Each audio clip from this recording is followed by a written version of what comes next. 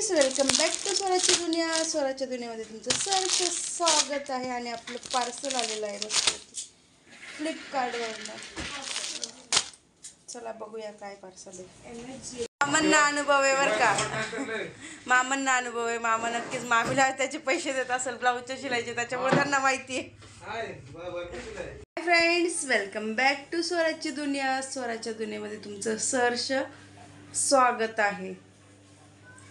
उद्या आहे महाशिवरात्री आणि ते फोडी आली आहे. तर रात्रीचे 10 वाजलेत बरं का, रात्रीचे 10 वाजलेत, पण माझं जेवण काय बनलेलं नाही. तुम्हाला काय सांगू आता. कधी कधी होतं असं. आणि जेवण बनवायचे, स्वराने माझ्या भात बनवला बिचारीने.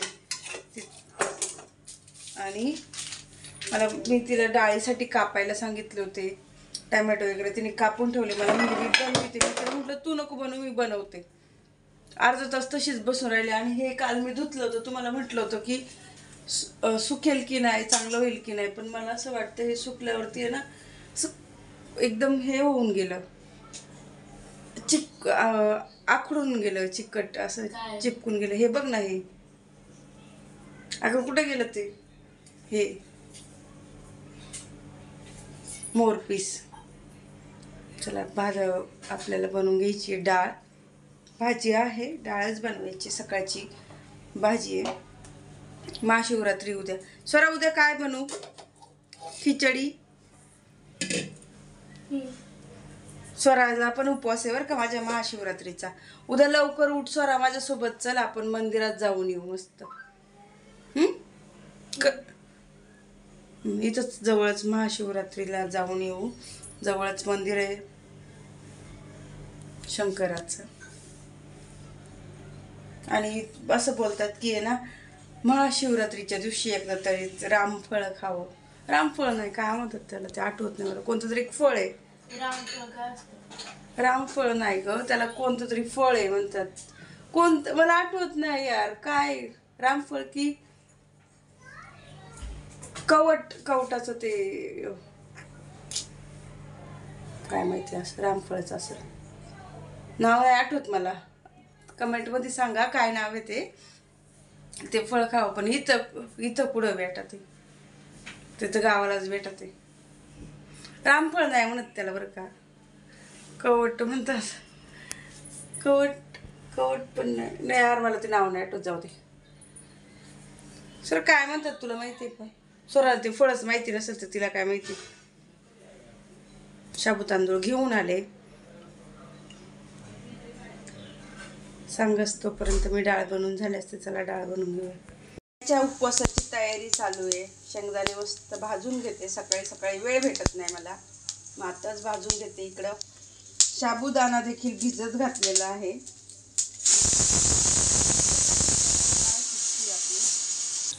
आणि इकडं आपल्या मॅडम बघा, उपवास धरायचा ना उद्या. खिचडी खायची ना नुसती. खिचडीसाठी उपवास की खरोखर उपवास? खरोखर. गावाला गेले होते ना की मला म्हणायची तिकडून मला माळ घेऊन ये, जी तुळशीची माळ असते ना, ती माळ घेऊन ये हिला घालण्यासाठी. म्हणजे स्वरा पक्की व्हेजिटेरियन झाली. आणि बरं झालं. चला, कशाला विनाकारण मारायचं कुणाला, असं तिचं मत आहे. तिच्या मताशी मी सहमत आहे, पण नाही पण प्रत्येकाचं वैयक्तिक मत असतं ना. आणि मला इथं फोडी आलेली आहे. मंगळसूत्र बनवायला सोनाराकडे जाईन म्हटलं, टाईमच नाही भेटला. घरामध्ये एक छोटंसं मंगळसूत्र होतं मण्यांचं, ते शोधलं. पण माझा निष्काळजीपणा इतका आहे ना, नाही भेटलं. म्हणजे ते पण हरवल्यातच जमा आहे. घरातल्या घरात मला सापडत नाही ते. लोक म्हणतात वस्तू आपल्या जपून ठेवा, जपून ठेवा. पण माझ्या निष्काळजीपणा माझ्या अंगात. घरात कचरा काढताना ना मी तरी टाकून दिलं असेल कचऱ्यामध्ये. 100% मला गॅरंटी स्वतःवरती की मी इतकी निष्काळजी आहे. सत्य. स्वरा शिंकली. स्वरा म्हणते हेच जर मी केलं असतं तर मला किती ओरडली असती. खोटं आहे का बघितलं घरामध्ये, तो खोटं पण नाहीये. अख्खं घर शोधून झालं पण काय नाही भेटलं, गेलंच. मलाच आठवत नाही, मीच जबाबदार आहे. माझ्या ह्या सगळ्या परिस्थितीला मीच जबाबदार आहे, कारण की मीच निष्काळजीपणा करते आणि कुठेही ठेवून देते. सगळं शोधून झालं, सगळं घर शोधून झालं पण नाही भेटलं. माझ्यासारखं खरंच तुम्ही असा निष्काळजीपणा करू नका. हाय आपल्याकडे हाय म्हणून हारू नका बाकीच्या गोष्टी. स्वराचे पप्पा घरी आलेत कामावरनं आणि वाजलेत किती, रात्रीचे 12 वाजता माणूस घरी आलाय. आता काही खेळ नाही. हे लाडके लेकीने आणून दिले पप्पासाठी. रात्रीचे 12:15 वाजलेत, अजून आमची जेवण काही झाली नाहीये. स्वराचे पप्पा अजून घरी आले नाही. स्वरा मला हे देती आणि म्हणती मम्मी पप्पा एवढा लेट कसा येतो बघ, कुठं जातो पप्पा. आता काय करायचं हिचं आणि हिच्या पप्पांचं. जेवायचं अजून आम्हाला, जेवण नाही झाली आमची आणि ही त्रास देते इकडं. पप्पाची वाट बघती, पप्पाला परत पिझ्झा आणायला सांगितलंय.